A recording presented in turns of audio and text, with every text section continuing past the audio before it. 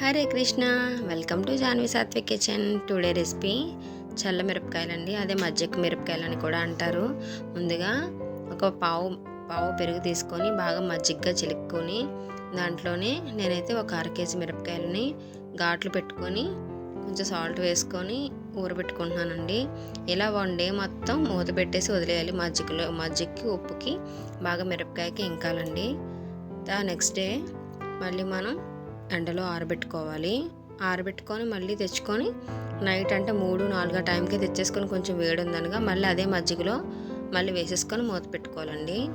అలా 2 డేస్ మజ్జిగలో తీసి ఆరబెడుతూ మళ్ళీ అదే మజ్జిగలో వేసుకొని ఇలా చేయడం వల్ల మజ్జిగ మిరపకాయలకి బాగా మజ్జిగ పడుతుందండి. మజ్జిగ మిరపకాయలు రెడీ అయిపోయాయి కదా, దీన్ని ఆయిల్లో వేడి చేసుకొని దీన్ని మజ్జిగ అన్నంతో నంచుకుంటే చాలా టేస్ట్గా ఉంటుందండి. సాంబార్తో కూడా చాలా బాగుంటుంది. ఇంకెందుకని లేటు, మీరు కూడా ట్రై చేయండి. Hare Krishna, please subscribe. Thank you for watching. మరిన్ని వంటకాల కోసం నా ఛానల్ని సబ్స్క్రైబ్ చేసుకోండి. చాలా ఈజీ రెసిపీ కదా.